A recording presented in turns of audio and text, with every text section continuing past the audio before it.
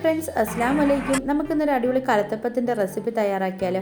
അതിന് ഞാനിവിടെ എടുത്തിരിക്കുന്നത് നമ്മൾ അരിപ്പൊടി വെച്ചാണ് നമ്മളിന്ന് തയ്യാറാക്കുന്നത്. അത് നമ്മൾ എടുത്തിരിക്കുന്ന അരിപ്പൊടി എന്നല്ല, നമ്മൾ പുട്ടുപൊടിയല്ല, ഇപ്പത്തിന് അരിപ്പത്രികയൊക്കെ എടുക്കുന്ന അരിപ്പൊടി എടുത്തിരിക്കുന്നത്. അത് ഞാൻ നമ്മളെ മെഷറിംഗ് കപ്പിന് 250 ml മെഷറിംഗ് കപ്പിന് 1 കപ്പ് അരിപ്പൊടി എടുത്തിട്ടുണ്ട്. 2 ഗ്ലാസ് വെള്ളവും കൂടെ ഒഴിച്ചിട്ട് നമുക്കൊന്ന് മിക്സ് ചെയ്ത് കൊടുക്കാം. എന്നിട്ട് 2 ടേബിൾ സ്പൂൺ തേങ്ങയും ഒരു സ്വല്പം ചെറിയ ജീരകവും 2 ഏലക്കയുണ്ട് നമുക്കൊന്ന് അടിച്ചെടുത്തിട്ട് വരാം. അടുത്ത നമ്മളെന്ന് പറഞ്ഞാൽ നമുക്കിതൊരു ശർക്കര പാനി തയ്യാറാക്കണം. അതിന് ഞാൻ 4 അച്ച് ശർക്കര എടുത്തിട്ടുണ്ട്. നമുക്കത് പാനിയാക്കാം. അപ്പോഴത്തേക്കും നമ്മൾ നേരത്തെ എടുത്തിട്ടുള്ള മാവ് അവിടെ ഞാൻ ഒരു പാത്രത്തിലേക്ക് മാറ്റി കൊടുത്തിട്ടുണ്ട്. ഇനി നമ്മൾ ശർക്കര പാനി നമ്മൾ തിളപ്പോടെ തന്നെ നമ്മളിതിലേക്ക് ഒഴിച്ചു കൊടുക്കണം.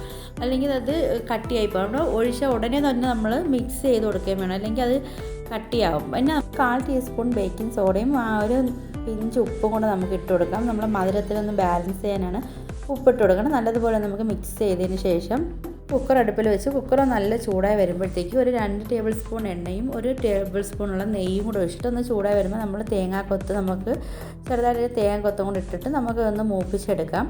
അത് ഒന്ന് ചെറുതായിട്ട് നമുക്ക് ഇളക്കിയൊക്കെ കൊടുത്തിട്ട് നമുക്കൊന്ന് ചെറുതായിട്ടൊന്ന് മൂത്ത് വരുമ്പോഴത്തേക്കും ഇതിലേക്ക് നമുക്ക് ചെറിയ ഉള്ളിയും കൂടെ ചെറുതായിട്ട് അരിഞ്ഞ് വെച്ചതും കൂടെ നമുക്കിതിനകത്തേക്ക് ഇട്ട് കൊടുക്കാം. ഇട്ടിട്ട് നമുക്ക് ഇനി ചെറിയ ഉള്ളിയും തേങ്ങാക്കൊത്തും കൂടെ നല്ലതുപോലെ ഒന്ന് ബ്രൗൺ കളർ ആകുമ്പോഴത്തേക്കും ഞാൻ ഇതിൽ നിന്ന് കുറച്ചൊന്ന് മാറ്റി വെച്ചിട്ടുണ്ട്. അത് നമ്മൾ മാവിനകത്തേക്ക് ഒഴിച്ചു കൊടുക്കാം. ഒഴിച്ചതിന് ശേഷം നമുക്ക് ഞാൻ അവിടെ നേരത്തെ മാറ്റി വെച്ചിരിക്കുന്ന ആ ചെറിയ ഉള്ളിയുടെയും തേങ്ങയുടെയും കൊത്തും കൂടെ നമുക്ക് ഇതിൻ്റെ മുകളിലേക്ക് നമുക്ക് കുറച്ച് ഇട്ട് കൊടുക്കാം. ഇട്ട് കൊടുത്തതിന് ശേഷം നമ്മൾ ഈ സൈഡിൽ നിന്നൊക്കെ ഇങ്ങനെ തിളച്ച് വരുന്ന സമയത്ത് നമുക്ക് ഇതിനെ ഒരു 2 മിനിറ്റ് കഴിയുമ്പോഴത്തേക്കും നമുക്കൊന്ന് അടച്ചു കൊടുക്കാം. അപ്പോൾ ഞാൻ നമ്മൾ തേങ്ങാക്കൊത്തൊക്കെ ഒന്ന് സൈഡിലോട്ട് അതൊക്കെ ഒന്ന് ആക്കി കൊടുക്കുകയാണ്. എന്നിട്ട് നമുക്ക് ഇതിനെ ഒന്ന് അടച്ചു കൊടുക്കാം. അടച്ചിട്ട് നമുക്ക് കുക്കറിൻ്റെ മുകളിലത്തെ വെയിറ്റ് മാറ്റി കൊടുക്കാം. മാറ്റിയതിന് ശേഷം നമുക്ക് തീ നല്ല ലോ ഫ്ലെയിമിൽ വെച്ചിട്ട് ഒരു 6 മിനിറ്റ് നമുക്ക് ഒന്ന് വേവിക്കാൻ വെച്ചെടുക്കുക. 6 മിനിറ്റ് കഴിയുമ്പോഴത്തേക്കും നമുക്ക് തീ ഓഫ് ചെയ്തിട്ട് നല്ല ആറിയതിന് ശേഷം നമുക്ക് കലത്തപ്പം നമുക്ക് ഇളക്കിയെടുക്കാവുന്നതാണ്. നമുക്ക് ചെറുതായിട്ട് നമ്മളൊരു കത്തി വെച്ചിട്ട് സൈഡൊക്കെ ഒന്ന് ജസ്റ്റ് ഒന്ന് ഇളക്കിയിട്ട് നമുക്ക് തട്ടി നമുക്ക് എടുക്കാം. നമ്മളെ കലത്തപ്പം ഇവിടെ റെഡി ആയിട്ടുണ്ട്. നമ്മൾ നല്ല സോഫ്റ്റ് ആൻഡ് ടേസ്റ്റി ആയിട്ടുള്ള കലത്തപ്പമായിരുന്നു. ഇത് കട്ട് ചെയ്യുമ്പോൾ തന്നെ അറിയാൻ പറ്റും നമുക്ക് എത്ര സോഫ്റ്റ് ആയിട്ടുള്ളതാണെന്ന്.